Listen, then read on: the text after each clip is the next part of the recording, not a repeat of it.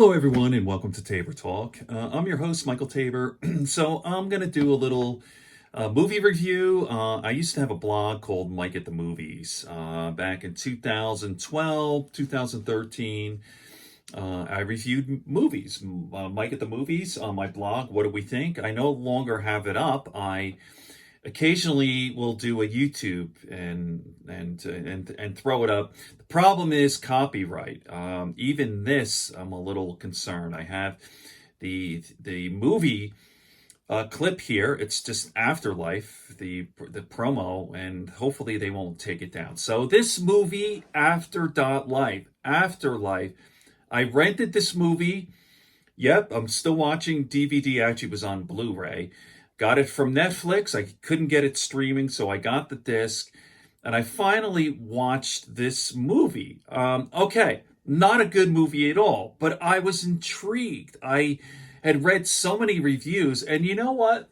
A reviewer, if it's can review a movie, and if it's written well, will pique your interest. So I'm a huge Roger Ebert fan. Always have been, and it was awful how he died with the thyroid cancer, and I've done a couple of videos. I'll be doing more on Roger Ebert, but huge fan. I have all his books.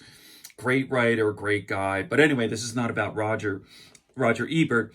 The movie Afterlife. And first of all, Liam Neeson. I'm a huge fan of Liam Neeson. Love his work. And he's in this, along with Christina Ricci and some other people I'm not familiar with. So it starts out where you hear, all right, so getting right into the, sorry for that cut. So you see Liam Neeson, Christina Ricci is on the slab. She's dead, as you can sort of see in that image there. She looks very good in this movie, by the way. Okay, so Liam Neeson, she's asking him, like, what's going on? And he goes, am I dead? And then Liam Neeson says, you people, his character, Elliot Deacon. And he says it with a kind of a sense of frustration, you know, like, you dead people are whiners. And it's like, what the hell is this movie about? It's so weird and disturbing. Is that how you would, I don't know. It was just very odd. So the story is Christina Ricci's character, Anna.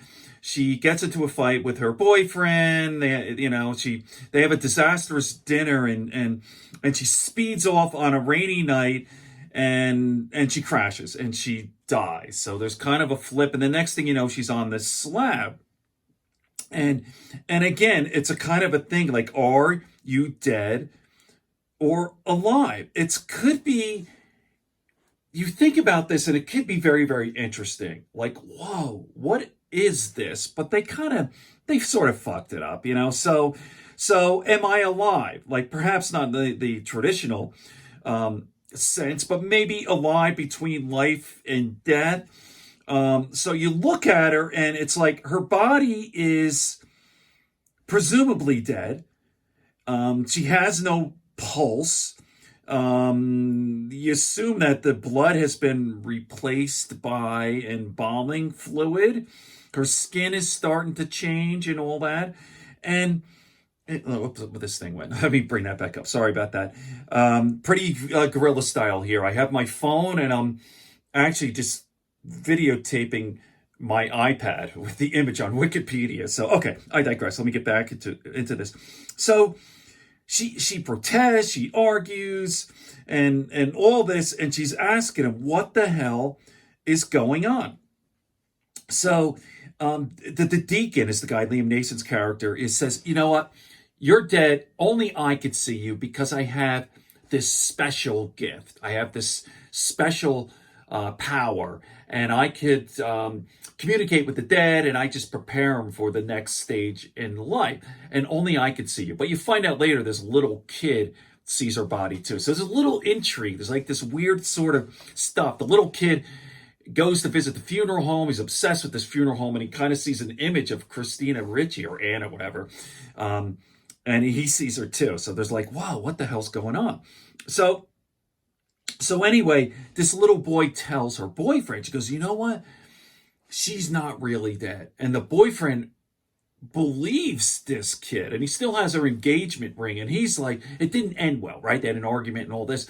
So he thinks there's something going on. He thinks this funeral director guy is like killing people or something like that. So there are all these different angles. You don't really know what to make of this movie. What is this, like a horror movie? Is this guy a ghoul and he's killing people? And he does, when he leaves the morgue or whatever, the funeral home, he always locks the door.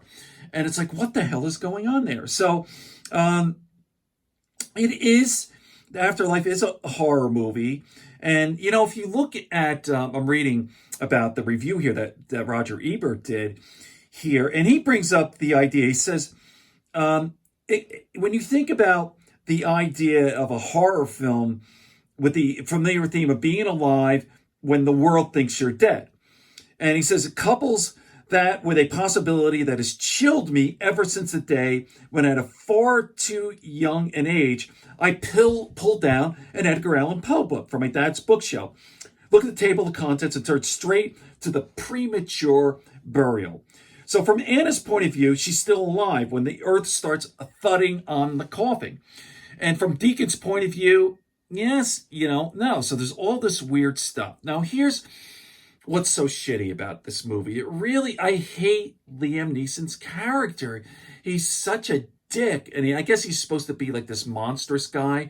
So I guess the movie wants you to think like maybe he is this evil, twisted guy who's obsessed with bodies and I don't know. You don't know what the hell's going on.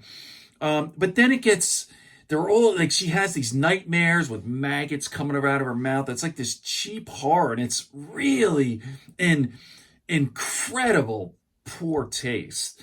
I mean, if you just think in your own life, you think of loved ones who have died, and I've had classmates in high school who were killed in car accidents, and I could imagine like just seeing a movie like this, which is so just an absolute poor taste, like the grave, and it's creepy, So I didn't like this movie at all. I was interested in it because I think the reviews are better. There's so much in there, comparing to Edgar Allan Poe and all this. So this book here, Roger Ebert gave it 2.5 stars, rightly so. So, I don't know, just out of a curiosity thing, would you see the movie? I guess. All right, on that note, a little Mike at the Movies episode. Good friends, good books, and a sleepy conscience. Peace, love, and understanding here on Tabor Talk.